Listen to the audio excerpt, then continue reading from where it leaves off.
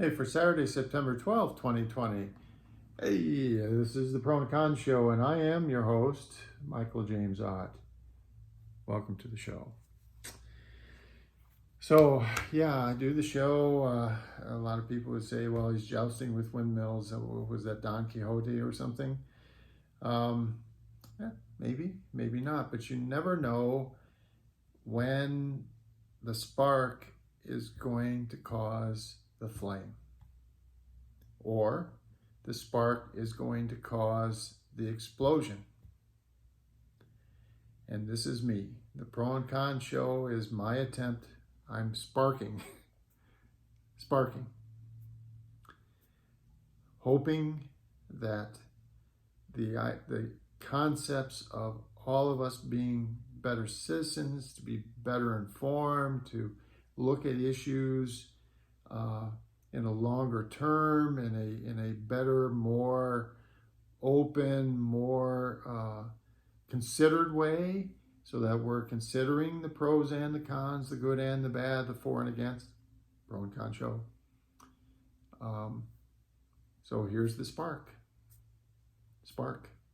Here we go. Sparking.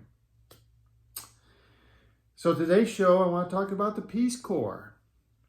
So the Peace Corps was an idea that was, and I don't want to give credit where credit is not due, but I'm pretty sure that it was President Kennedy's administration back in the 1960s, early 1960s, that came up with the idea of establishing this service organization that the U.S. government would actually help sustain and help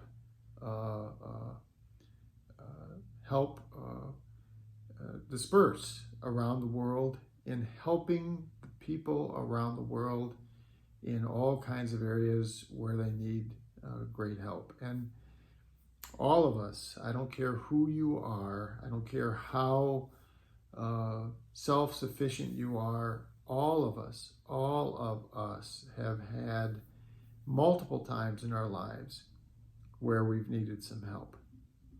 Okay? Whether it's help from someone else because we're moving and we need some furniture or something's too big for us to handle on our own,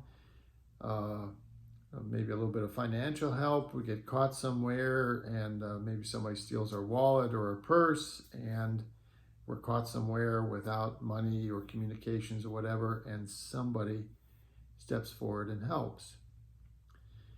And it also gets to the point of what I've said many times before, and I'll say it again. We have generically the wrong definition of success.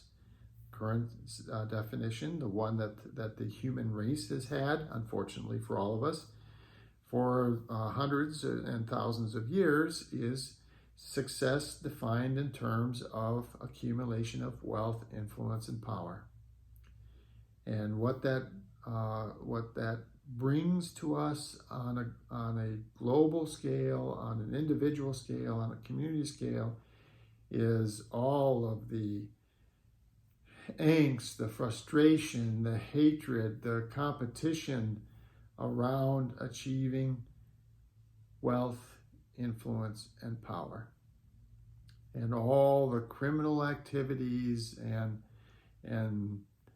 semi-criminal activities and unethical behaviors and all the other things that people do because they're reaching for that brass ring, accumulation of wealth, influence, and power. It's the wrong definition of success. It's caused the huge differential between the haves and the have-nots, where whatever a small percentage of people around the globe have as much wealth as the other 90%, or whatever those numbers are. That differential in lifestyle and wealth and all that, it all stems from the wrong definition of success.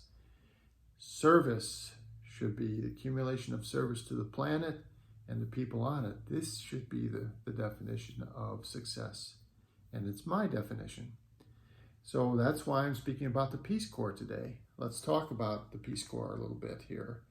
So number one, peacecorps.com. So peace, P-E-A-C-E, I'm sorry, P-E-A-C-E, yes, CORPS.gov. And if you go there, and I strongly encourage you to do that because they have, of course, plenty of information about the organization and about the various volunteers that have been the labor force, the thing that makes this go for, and it's been for decades now, and proud people, rightly so, serving people around the world that need help, in many cases much more desperately than even the most desperate people here in this country. I know that's hard for Americans to believe, that there are people around the world that are even more desperate than, say, some of our homeless people. But trust me, and I don't know how many of you have traveled globally, but if you have, if you've been to places in South America and Central America, in India, for example, I spent 7 weeks in India, and I guarantee you that there is a whole level of poverty and suffering that Americans cannot, even the poorest of Americans, can barely fathom. And that's what the Peace Corps is all about. It's about Americans putting aside the bullshit, stupid definition of success and going around the world. And so here's the graphic. Peace Corps, changing lives the world over. Changing lives the world over. So the mission, okay, promote world peace and friendship by fulfilling 3 goals. Number 1, help the people of interested countries in meeting their need for trained men and women. So people go into these trained Americans, men and women, go into these areas where the level of education, the level of opportunity, the level of poverty, it's all very extremely challenging locations. And these trained, caring, sympathetic, compassionate volunteers take their training in, and they help the people in the region. They help them plant their crops better, start small businesses, figure out how to stay more healthy, stay away from parasites that might be in the water, or malaria and the mosquitoes, and the list goes on and on. So promote health and those kinds of things. So that's number 1. Help people from interested countries in meeting their needs for trained men and women. Number 2, help promote a better understanding of Americans on the part of the people served. So this is kind of carrying the flag, as the history books used to say. They used to say that about the U.S. Navy, that the Navy was kind of carrying the flag around the world, showing people about the United States, or projecting some of the strength of the United States around the world. Well, this is an even greater strength. It's taking compassionate, trained, intelligent people and plugging them in to various areas around the world, and showing them what America, the best of America, I would argue the very best of America. And then the third is to help promote a better understanding of other peoples on the part of Americans. See, this is one of the things, and I'm guilty as charged, even though I have been to Japan and China and India and Mexico and Canada and I don't know how many countries in Europe, 20 countries in Europe.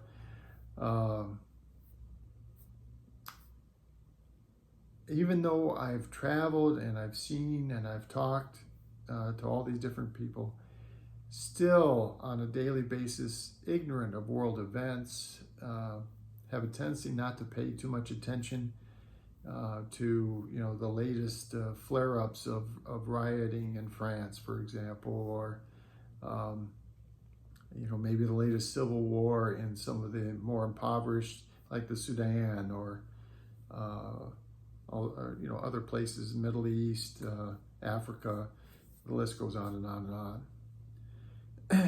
And having these Peace Corps volunteers come back from their service and have them kind of salted amongst our population, and talking to people about the globe and the communities in which they served, and how those people, because the one thing I do want to tell you is, as much as we are different, and thank God that we are, it would be horrific if everyone looked like me, okay, and talked like me, because we would not know each other from each other. It would be another layer of complication, frustration, and hardship if we were all the same on the outside.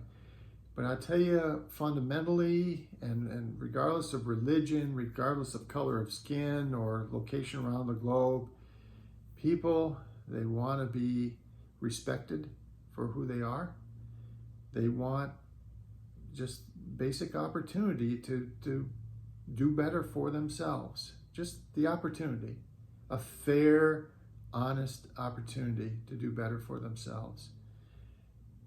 And they want to make sure that that there's a great opportunity for them to be healthy, and that's true for their families as well. These kinds of things are the same all around the globe, all kinds of humans everywhere, regardless of the color of their eyes or their skin or their height or their body shape or whatever. Male, female, children, all of us fundamentally, we all want the same thing. And this is what we should be doing for each other. We're a social, humans are a social being, set of beings. And we should be compassionate and fair, and